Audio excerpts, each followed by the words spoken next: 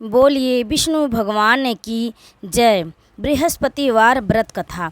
इस कथा को सुनने में इतनी शक्ति है कि जो भी इस कथा को सुनता है उसके घर में कभी भी सुख समृद्धि धन वैभव की कमी नहीं होती है। इसलिए इस कथा को पूरा सुने। हर बृहस्पतिवार को जो भी व्यक्ति इस कथा को सुनता है या सुनाता है उसकी सारी मनोकामना पूर्ण होती है। उस पर माँ लक्ष्मी की कृपा सदैव बनी रहती है। तो दोस्तों, इसलिए इस बृहस्पतिवार व्रत कथा को पूरा सुने। कहते हैं कि इस कथा को अधूरा नहीं छोड़ना चाहिए, पूरा सुनना चाहिए, तभी आपको व्रत का संपूर्ण फल मिलेगा। दोस्तों, कथा शुरू करने से पहले अगर आप हमारे चैनल पर पहली बार आए हैं तो हमारे चैनल को सब्सक्राइब जरूर कर लें और वीडियो अच्छी लगी तो एक लाइक करके कमेंट में विष्णु भगवान की जय अवश्य लिखें। चलिए कथा शुरू करते हैं। मन में भगवान विष्णु का स्मरण करते हुए ध्यानपूर्वक इस कथा को पूरा सुने। भारतवर्ष में एक प्रतापी और दानी राजा राज्य करता था। वह नित्य गरीबों और ब्राह्मणों की सहायता करता था। यह बात उसकी रानी को अच्छी नहीं लगती थी। वह न ही गरीबों को दान देती, न ही भगवान का पूजन करती थी और राजा को भी दान देने से मना किया करती थी।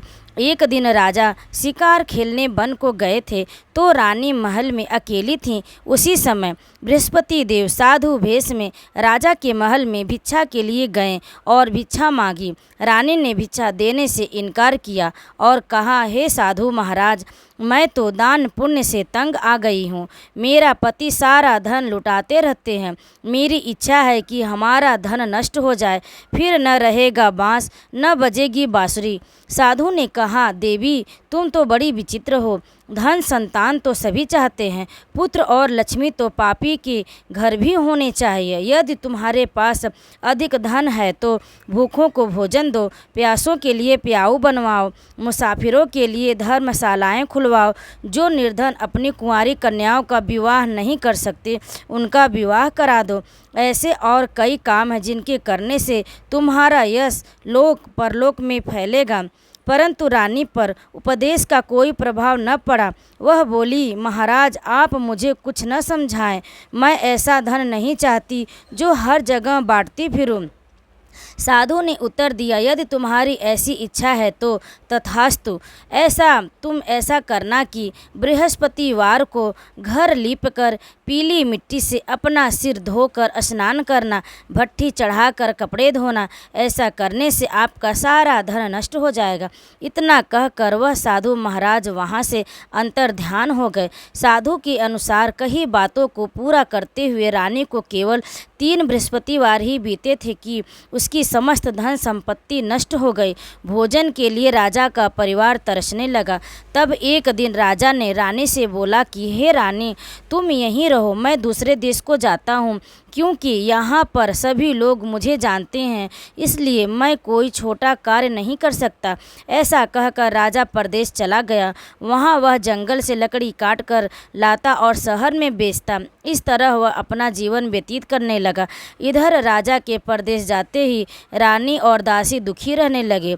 एक बार जब रानी और दासी को 7 दिन तक बिना भोजन के रहना पड़ा तो रानी ने अपनी दासी से कहा, हे दासी, पास के नगर में मेरी बहन रहती है, वह बड़ी धनवान है, तू उसके पास जा और कुछ ले आ ताकि थोड़ी बहुत गुजर बसर हो जाए। दासी रानी की बहन के पास गई। उस दिन गुरुवार था और रानी की बहन उस समय बृहस्पतिवार व्रत की कथा सुन रही थी। दासी ने रानी की बहन को अपनी रानी का संदेश दिया, लेकिन रानी की बड़ी बहन ने कोई उत्तर नहीं दिया। जब दासी को रानी की बहन से कोई उत्तर नहीं मिला तो वह बहुत दुखी हुई और उसे क्रोध भी आया। दासी ने वापस आकर रानी को सारी बात बता दी। सुनकर रानी ने अपने भाग्य को कोसा।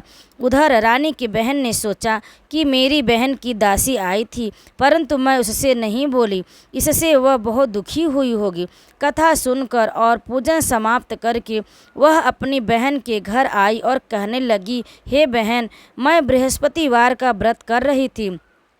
तुम्हारी दासी मेरे घर आई थी परंतु जब तक कथा होती तब तक न तो उठते हैं और न ही बोलते हैं, इसलिए मैं नहीं बोली। कहो दासी क्यों गई थी?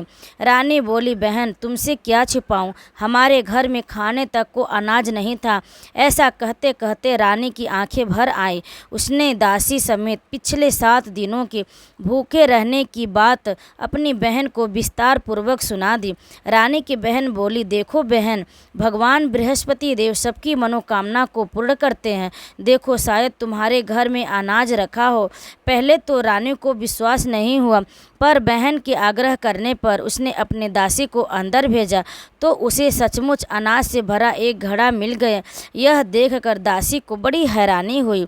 दासी रानी से कहने लगी, हे रानी, जब हमको भोजन नहीं मिलता तो हम व्रत ही तो करते, इसलिए क्यों न इनसे व्रत और कथा की विधि पूछ ली जाए ताकि हम भी व्रत कर सकें।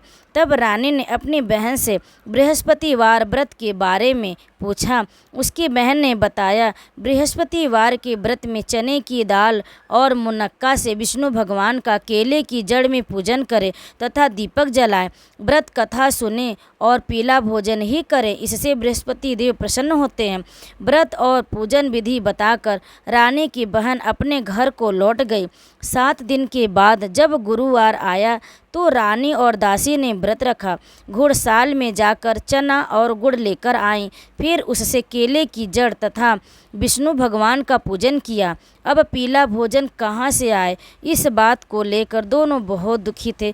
चूँकि उन्होंने व्रत रखा था इसलिए बृहस्पति देव ने उनसे प्रसन्न थे, इसलिए वे एक साधारण व्यक्ति का रूप धारण कर 2 थाली में सुंदर पीला भोजन दासी को दे गए। भोजन पाकर दासी प्रसन्न हुई और फिर रानी के साथ मिलकर भोजन ग्रहण किया। उसके बाद वे सभी गुरुवार को व्रत और पूजन करने लगी। बृहस्पति भगवान की कृपा से उनके पास फिर से धन संपत्ति आ गई, परंतु रानी फिर से महल की तरह पहले की तरह आलस्य करने लगी। तब दासी बोली, देखो रानी, तुम पहले भी इस तरह आलस्य करती थी, तुम्हें धन रखने में कष्ट होता था, इस कारण सभी धन नष्ट हो गया, और जब भगवान बृहस्पति की कृपा से धन मिला है तो तुम्हें फिर से आलस्य होता है। रानी को समझाते हुए दासी कहती है कि बड़ी मुसीबतों के बाद हमने यह धन पाया है, इसलिए हमें दान पुण्य करना चाहिए, भूखे मनुष्यों को भोजन कराना चाहिए और धन को शुभ कार्यों में खर्च करना चाहिए, जिससे तुम्हारे कुल का यश बढ़ेगा, स्वर्ग की प्राप्ति होगी और पितृ प्रसन्न होंगे। दासी की बात मानकर रानी अपना धन शुभ कार्यों में खर्च करने लगी, जिससे पूरे नगर में उसका यश फैलने लगा। बृहस्पतिवार व्रत कथा के बाद श्रद्धा के साथ आरती की जानी चाहिए। इसके बाद प्रसाद बांटकर उसे ग्रहण करना चाहिए। फिर एक दिन राजा दुखी होकर जंगल में एक पेड़ के नीचे आसन जमाकर बैठ गया। वह अपनी दशा को याद करके व्याकुल होने लगा। बृहस्पतिवार का दिन था। एकाएक उसने देखा कि निर्जन वन में एक साधु प्रकट हुए। वह साधु वेश में स्वयं बृहस्पति देवता थे। लकड़हारे के सामने आकर बोले, हे लकड़हारे, इस सुनसान जंगल में तू चिंतामग्न क्यों बैठा है? लकड़हारे ने दोनों हाथ जोड़कर प्रणाम किया और उत्तर दिया, महात्मा जी, आप सब कुछ जानते हैं, मैं क्या कहूँ? यह कहकर रोने लगा और साधु को अपनी आत्मकथा सुनाई। महात्मा जी ने कहा, तुम्हारी स्त्री ने बृहस्पति के दिन बृहस्पति भगवान का निरादर किया, जिसके कारण रुष्ट होकर उन्होंने तुम्हारी यह दशा कर दी। अब तुम चिंता को दूर करके मेरे कहने पर चलो तो तुम्हारा सब कष्ट दूर हो जाएगा और भगवान पहले से भी अधिक संपत्ति देंगे। तुम बृहस्पति के दिन कथा किया करो। 2 पैसे के चने मुनक्का लाकर उसका प्रसाद बनाओ और शुद्ध जल से लोटे में शक्कर मिलाकर अमृत बनाओ। कथा के पश्चात अपने सारे परिवार और सुनने वाले प्रेमियों में अमृत व प्रसाद बांटकर आप भी ग्रहण करो। ऐसा करने से भगवान तुम्हारे सब मनोकामनाएं पूरी करेंगे। साधु के ऐसे वचन सुनकर लकड़हारा बोला, हे प्रभु, मुझे लकड़ी बेचकर इतना पैसा नहीं मिलता जिससे भोजन के उपरांत कुछ बचा सकूं। मैंने रात्रि में अपने स्त्री को व्याकुल देखा, मेरे पास कुछ भी नहीं जिससे मैं उसकी खबर मंगा सकूं। साधु ने कहा, हे लकड़हारे, तुम किसी बात की चिंता मत करो। बृहस्पति के दिन तुम रोज की तरह लकड़ियाँ लेकर शहर को जाओ। तुमको रोज से 2 गुना धन प्राप्त होगा, जिससे तुम भली भांति भोजन कर लोगे तथा बृहस्पति देव की पूजा का सामान भी आ जाएगा। इतना कहकर साधु अंतर ध्यान हो गए। धीरे धीरे समय व्यतीत होने पर फिर वही बृहस्पतिवार का दिन आया। लकड़हारा जंगल से लकड़ी काटकर किसी शहर में बेचने गया। उसे उस दिन और दिन से अधिक पैसा मिला। राजा ने चना गुड़ आदि लाकर गुरुवार का व्रत किया। उस दिन से उसे सभी क्लेश दूर हो गए। परंतु जब दोबारा गुरुवार का दिन आया तो बृहस्पतिवार का व्रत करना भूल गया। इस कारण बृहस्पति भगवान नाराज हो गए। उस दिन उस नगर के राजा ने विशाल यज्ञ का आयोजन किया तथा शहर में यह घोषणा करा दी कि कोई भी मनुष्य अपने घर में भोजन न बनावे, न आग जलावे। समस्त जनता मेरे यहाँ भोजन करने आवे। इस आज्ञा को जो न मानेगा उसे फांसी की सजा दी जाएगी। इस तरह की घोषणा संपूर्ण नगर में करवा दी गई। राजा की आज्ञा अनुसार शहर के सभी लोग भोजन करने गए, लेकिन लकड़हारा कुछ देर में पहुँचा। इसलिए राजा उसको अपने साथ घर लिवा ले गए और ले जाकर भोजन करा रहे थे तो रानी की दृष्टि उस खूंटी पर पड़ी जिस पर उसका हार लटका हुआ था। वह वहाँ दिखाई नहीं दिया। रानी ने निश्चय किया कि मेरा हार इस मनुष्य ने चुरा लिया। उसी समय सिपाहियों को बुलाकर उसको कारागार में डलवा दिया गया। जब लकड़हारा कारागार में पड़ गया और बहुत दुखी होकर विचार करने लगा कि न जाने कौन से पूर्व जन्म के कर्म से मुझे यह दुख प्राप्त हुआ है, और उसी साधु को याद करने लगा जो कि जंगल में मिला था। उसी समय तत्काल बृहस्पति देव साधु के रूप में प्रकट हुए और उसकी दशा को देखकर कहने लगे, अरे मूर्ख, तूने बृहस्पति देव की कथा नहीं की, इस कारण तुझे दुख प्राप्त हुआ है। अब चिंता मत कर। बृहस्पतिवार के दिन कारागार के दरवाजे पर 4 पैसे मिलेंगे। उनसे तू बृहस्पति देव की पूजा करना, तेरे सभी कष्ट दूर हो जाएंगे। बृहस्पति के दिन उसे 4 पैसे मिले। लकड़हारे ने कथा कही। उसी रात्रि को बृहस्पति देव ने उस नगर के राजा को स्वप्न में कहा, हे राजा, तुमने जिस आदमी को कारागार में बंद कर दिया है वह निर्दोष है, वह राजा है, उसे छोड़ देना। रानी का हार उसी खूंटी पर लटका है। अगर तू ऐसा नहीं करेगा तो मैं तेरे राज्य को नष्ट कर दूंगा। इस तरह रात्रि के स्वप्न को देखकर राजा प्रातः काल उठे और खूंटी पर हार देखकर लकड़हारे को बुलाकर क्षमा मांगी तथा लकड़हारे को योग्य सुंदर वस्त्र आभूषण देकर विदा कर दिया। बृहस्पति देव की आज्ञा अनुसार लकड़हारा अपने नगर को चल दिया। राजा जब अपने नगर के निकट पहुंचा तो उसे बड़ा आश्चर्य हुआ। नगर में पहले से अधिक बाग, तालाब, कुएं तथा बहुत सी धर्मशाला, मंदिर आदि बन गई हैं। राजा ने पूछा, यह किसका बाग और धर्मशाला है? तब नगर के सब लोग कहने लगे, यह सब रानी और उनके बांदी के हैं। तो राजा को आश्चर्य हुआ और गुस्सा भी आया। जब रानी ने यह खबर सुनी कि राजा आ रहे हैं तो उन्होंने बांदी से कहा, हे दासी, देख राजा हमको बुरी हालत में छोड़ गए थे। हमारी ऐसी हालत देखकर वह लौट न जाए, इसलिए तू दरवाजे पर खड़ी हो जा। आज्ञा अनुसार दासी दरवाजे पर खड़ी हो गई। राजा आए तो उन्हें अपने साथ लिवा लाई। तब राजा ने क्रोध करके अपने रानी से पूछा कि यह धन तुम्हें कैसे प्राप्त हुआ? तब उन्होंने कहा, हमें यह सब धन बृहस्पति देव के इस व्रत के प्रभाव से प्राप्त हुआ है। राजा ने निश्चय किया कि 7 रोज बाद तो सभी बृहस्पति देव का पूजन करते हैं, परंतु मैं प्रतिदिन दिन में 3 बार कहानी तथा रोज व्रत किया करूँगा। अब हर समय राजा के दुपट्टे में चने की दाल बधी रहती तथा दिन में 3 बार कहानी कहता।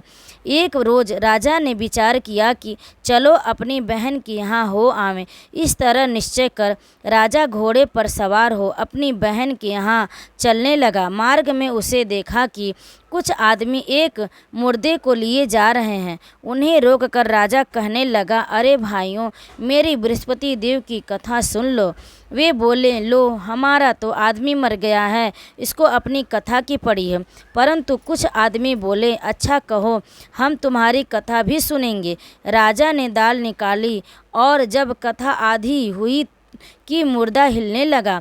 और जब कथा समाप्त हो गई तो राम राम करके मनुष्य उठकर खड़ा हो गया।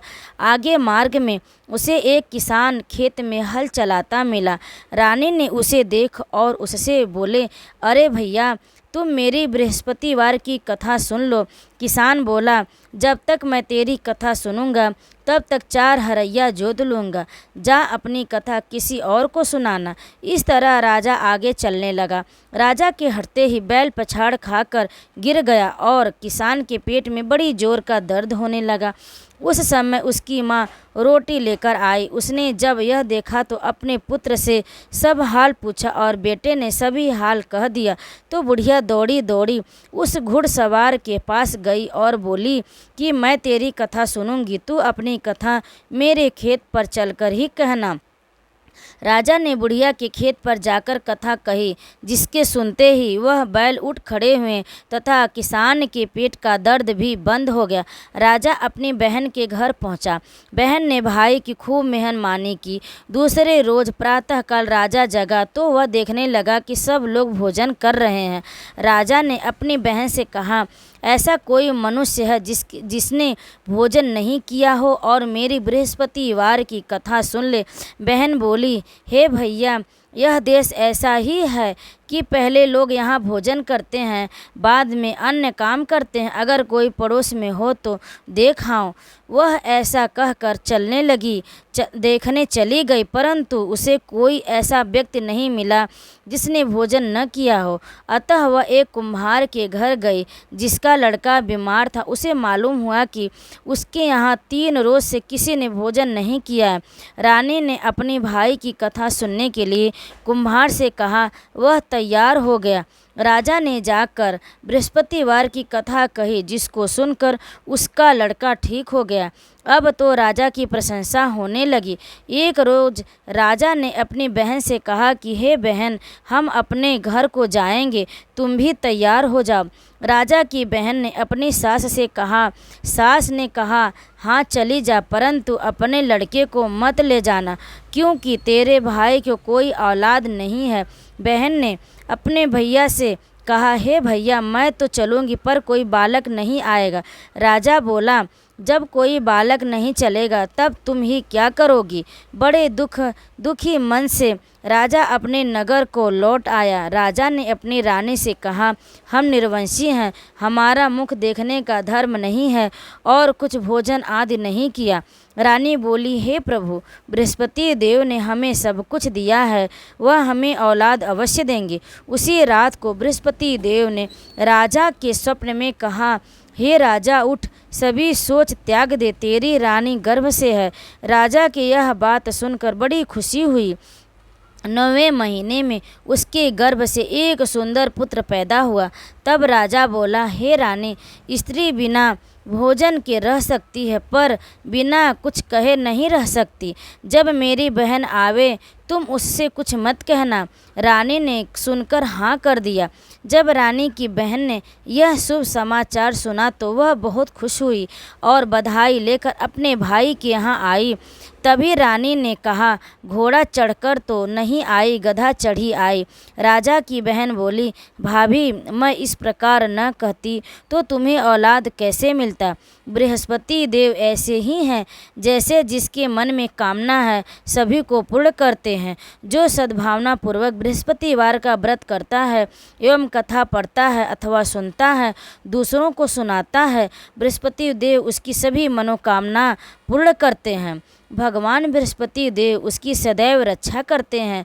संसार में जो मनुष्य सद्भावना से भगवान जी का पूजन व्रत सच्चे हृदय से करते हैं तो उनकी सभी मनोकामनाएं पूर्ण करते हैं। जैसी सच्ची भावना से रानी और राजा ने उनकी कथा का गुणगान किया है तो उनकी सभी इच्छाएं बृहस्पति देव जी ने पूर्ण की थीं। इसलिए पूर्ण कथा सुनने के बाद प्रसाद लेकर जाना चाहिए। हृदय से उनका मनन करते हुए जयकारा बोलना चाहिए। तो बोलो बृहस्पति देव की जय, भगवान विष्णु की जय। तो सभी लोग प्रेम से एक बार जरूर बोलें, ओम नमो भगवते वासुदेवाय। हे कृष्ण गोविंद हरे मुरारी, हे नाथ नारायण वासुदेव। श्री कृष्ण गोविंद हरे मुरारी, हे नाथ नारायण वासुदेव। श्री कृष्ण गोविंद हरे मुरारी, हे नाथ नारायण वासुदेव। श्री कृष्ण गोविंद हरे मुरारी, हे नाथ नारायण वासुदेव। आप सभी पर विष्णु भगवान और माता लक्ष्मी की कृपा सदैव बनी रहे। बृहस्पति देव सब पर अपनी कृपा बनाए रखें। दोस्तों, वीडियो में अंत तक बने रहने के लिए आप लोगों का बहुत बहुत धन्यवाद। अगर दोस्तों आप हमारे चैनल पर पहली बार आए हैं तो हमारे चैनल को सब्सक्राइब ज़रूर करिएगा। ऐसे ही कथा सुनने के लिए आप सभी हमारे चैनल में बने रहें। आप सभी पर विष्णु भगवान की कृपा सदैव बनी रहे। तो बोलिए विष्णु भगवान की जय, बृहस्पति देव की जय।